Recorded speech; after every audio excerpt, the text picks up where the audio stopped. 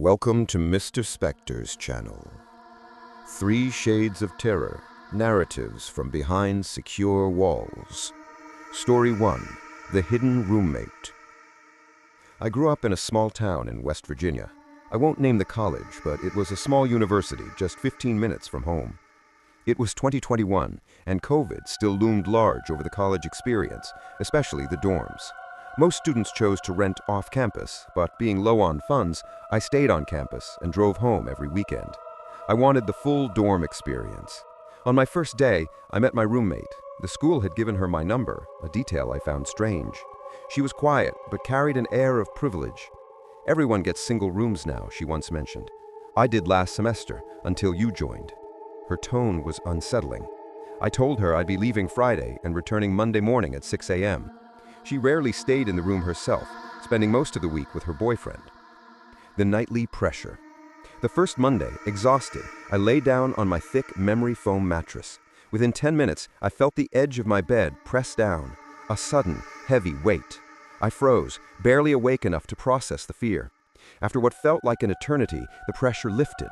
I turned and saw her lying still, facing the wall. I dismissed it as fatigue. The following weekend, the scenario repeated. Moments after lying down, the mattress sagged again, but this time, the entire side dipped. Someone was sitting right beside me. I lay there rigid, holding my breath. My bed was very high, requiring a step stool.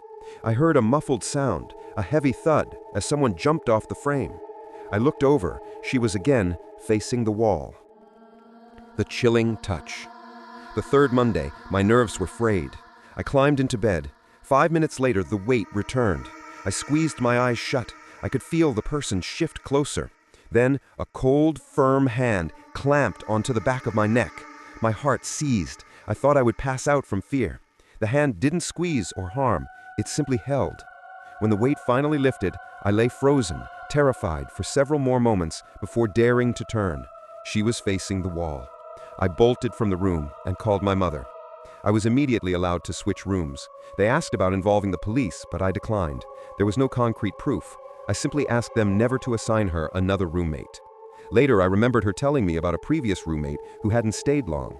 I also remembered a locked drawer she opened one day containing about 10 bottles of strong prescription medicine, which she vaguely claimed were for a skin issue.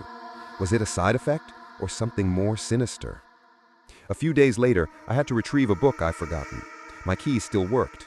As I grabbed my things and turned to leave, she was standing silently in the doorway. I hadn't heard the lock turn. Trying to smile, I walked past her. She asked, "Where is your new room?" I lied about the floor and the hallway location. She pressed harder. "Near the stairs? The office?" I lied again and left, never seeing her again. My mother believes she was testing how close she could get, and that final morning, her intent might have been to choke me. Story horror, scary. Story 2, The Ceiling Stalker. This incident occurred during my time at the University of Huddersfield. The campus isn't known for its nightlife, so many students spend late hours in the 24/7 academic buildings. I was never one for late nights, but a monstrous statistics project forced my hand. My laptop had failed, so I headed to the computers in the business building. The business building is isolated, old, and always holds a sterile, dead silence, especially after dark. I arrived at 10 p.m. The air was thick with the harsh smell of cleaning chemicals, confirming the staff had already completed their rounds and the building was truly empty. I settled into the second-floor lab.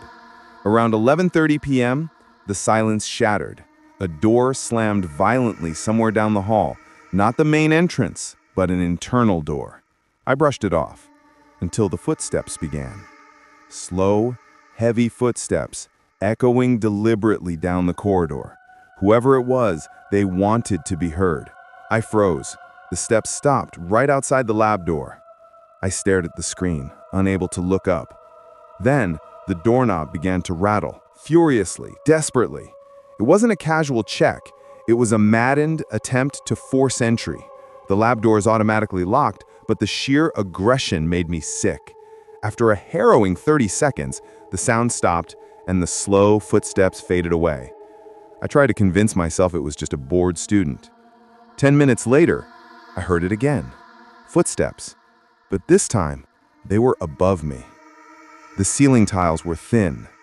This was not the sound of pipes, but the unmistakable sound of something crawling or dragging itself directly across the panels. I stared up. One of the tiles, right above my monitor, shifted slightly under a sudden, terrible weight. Then came a slow, agonizing creak, like someone carefully lowering themselves. That was it. I yanked out my flash drive and sprinted for the door. The moment I entered the hallway, the fluorescent lights buzzed overhead, and the squeak of my sneakers seemed deafening. I bolted for the stairwell. I made the mistake of looking up. On the landing above me, one floor away, was a man, not a student or professor. His clothes were ragged, and his face was half-shadowed, but I could clearly see his mouth. It was hanging open in a wide, terrifying grin. He just stood there, staring down. I flew down the stairs, slammed through the ground floor door, and ran across campus without looking back. The next morning, I returned only to submit the project. Walking into the building in daylight felt different, but then I noticed it. A ceiling tile was missing, the one directly above where I had been working, and the one I saw move. It was clear. He had been watching me, tried the locked door, and when he failed, he had climbed into the ceiling space to drop in. I dread to think what his intention was if I hadn't run when I did. I bought a new laptop that day. Story 3. The Fake Teacher. My name is Annabelle, and this happened to me at age 16 in my UK high school. Our security system required students to scan an ID lanyard to move past the foyer. The IDs had our photos, but it was common for students to flip them backwards. This happened in the second week of school. I had drunk too much juice at lunch and had to ask my geography teacher for a rare bathroom pass. This was significant because no one else was moving around the school during class hours. I let myself through the double doors into the empty cafeteria and then to the washroom. When I returned to the cafeteria, a man was sitting at one of the tables. Too old to be a student, I assumed he was a teacher or parent. As I walked past, he said, "Hey!" I squeaked in surprise. I'm a jumpy person. He laughed it off and apologized. He was wearing a lanyard, but the ID was flipped over, hiding his face and name.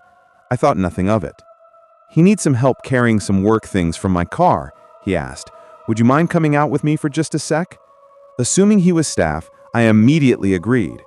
We walked out in silence. He seemed unusually agitated, constantly putting his hands in and out of his pockets. Teachers usually make small talk. He said nothing. We had to walk about 50 meters toward the car park, which was hidden by bushes. The layout was a dead trap. As we walked, he explained, "My work stuff is in the boot, just a few bags. I need you to help me carry them." We reached the car park. He pointed, "It's the blue one down at the end."